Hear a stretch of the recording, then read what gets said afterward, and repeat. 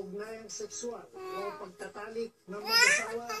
ay isang maselan at pinagpipitaganang gawain ng binigay ng kabuuan at pagkakaisa